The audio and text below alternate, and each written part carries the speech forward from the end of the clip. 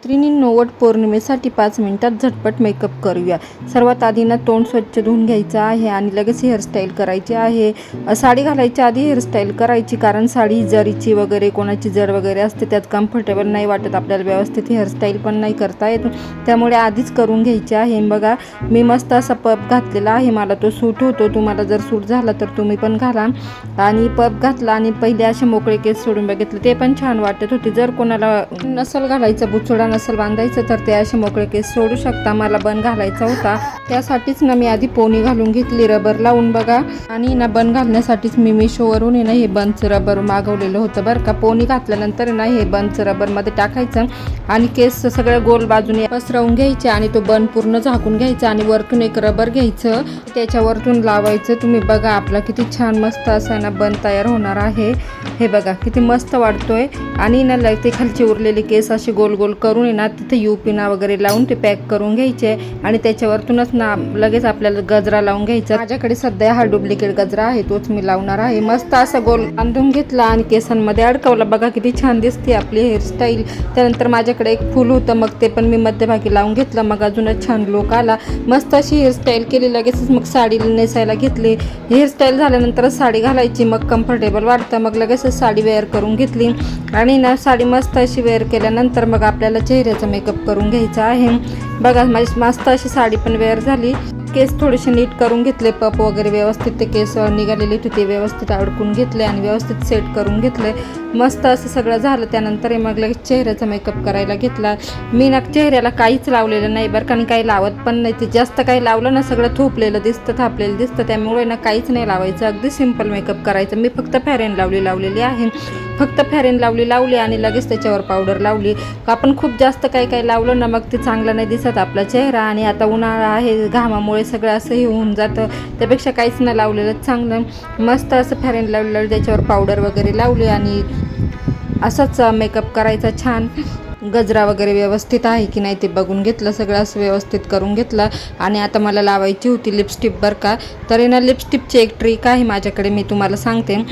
कुठली लिपस्टिक असू द्या, ब्रँडेड असू द्या किंवा आपल्या आता सामान्य स्त्रियांकडे काही ब्रँडेड लिपस्टिक नसते काहींकडे, तर ज्यांच्याकडे नसेल त्यांची लिपस्टिक लगेच पुसून जात असेल, त्यांच्यासाठी एक ट्रिक आहे। तुम्ही लिपस्टिक लावल्यानंतर ना तुम्ही त्याच्यावरतून ना पावडर लावून घ्या, ती पुसणारच नाही तुमचा कार्यक्रम होईपर्यंत किंवा तुम्ही हाताने पुसेपर्यंत।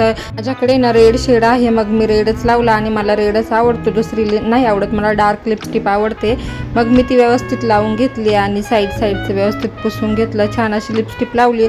आणि त्यानंतर बघा मी लगेच पावडर घेतली आणि पावडर लावून घेतली, कारण पावडर लावल्यामुळे माझी लिपस्टिक पुसणारच नाही जोपर्यंत मी पुसत नाही तोपर्यंत। आणि ना हा मेकअप आहे ना अगदी कमी मेकअप प्रोडक्टमध्ये आपण केलेला आहे, जे घरात उपलब्ध असतं त्या सामानात फेअर अँड लवली पावडर हे तर आपल्याकडे असतात, त्यामुळे दुसरे काही प्रोडक्ट आणायची आपल्याला काही गरजच पडलेली नाही आहे। आणि लिपस्टिक वगैरे लावली आणि त्यानंतर मी लगेच माझी ज्वेलरी घालायला घेतली। पहिले इयरिंग घालून घेतले, अशा हेअरस्टाईलवर वगैरे किंवा आता ट्रेंडिंग सध्या हे झुमकाचं इयरिंग आहे, झुमका इयरिंगच छान दिसतात, माझ्याकडे पण होते, मग मी झुमका इयरिंग घालून घेतले। आणि तुम्ही जेव्हा केव्हा बन वगैरे घालाल तेव्हा झुमकाच घालत जा, झुमक्यानी ना खूप छान लुक येतो, खूप छान दिसतं। बघा मी घातलंय तर माझा लुक लगेच चेंज झालेला आहे, तुम्हाला इथे फरक जाणवेलच, दोघं पण घातल्यानंतर समजेल। हे बघा लगेच लुक चेंज झाला आणि छान दिसतंय। आणि त्यानंतर ना मी माझं आहे ना डेली यूजचं मंगळसूत्र होतं ते काढून घेतलं आणि मी माझी दुसरी ज्वेलरी वेअर करायला सुरुवात केली। माझ्याकडे हा नेकलेस वगैरे आहे, तर मग मी तोच घातला, तुमच्याकडे जे पण असेल ते तुम्ही घाला। आणि साडीची पिन वगैरे व्यवस्थित करून घेतली, त्या प्लेट वगैरे व्यवस्थित शेपमध्ये करून घेतल्या, साडी वगैरे प्लेट व्यवस्थित केल्या, कारण मला आता वरती मंगळसूत्र घालायचं होतं। हे मंगळसूत्र माझ्याकडे सेलिंगला आहे, कोणाला पाहिजे असेल तर कमेंट करू शकता।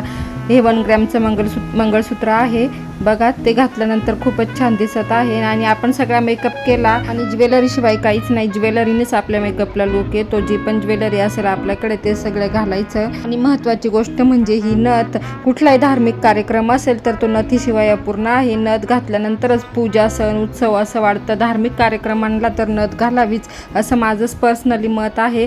नथीमुळे ना आपला लुकच पूर्ण चेंज होऊन जातो। तर अशा प्रकारे मी पूर्ण ज्वेलरी घातली आणि रेडी झाले, तुम्ही बघू शकता पूर्ण पूर्ण लुक बदललेला आहे माझा आणि किती छान दिसत आहे.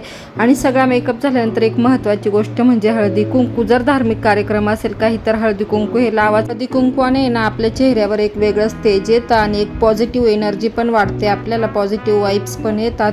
आणि मग मस्त बांगड्या वगैरे घातल्या तर अशा प्रकारे मी मस्त असं सिंपल मेकअप केला, ते पण झटपट 10-15 मिनिटातच. तुम्ही पण वटपौर्णिमेला असाच झटपट मेकअप करा आणि माझा मेकअप कसा झाला आहे ते मला कमेंट करून नक्की सांगा. अशाच नवनवीन ब्लॉगसाठी चॅनलला सबस्क्राईब करा, लाईक करा, शेअर करा, कमेंट करा. Bye bye.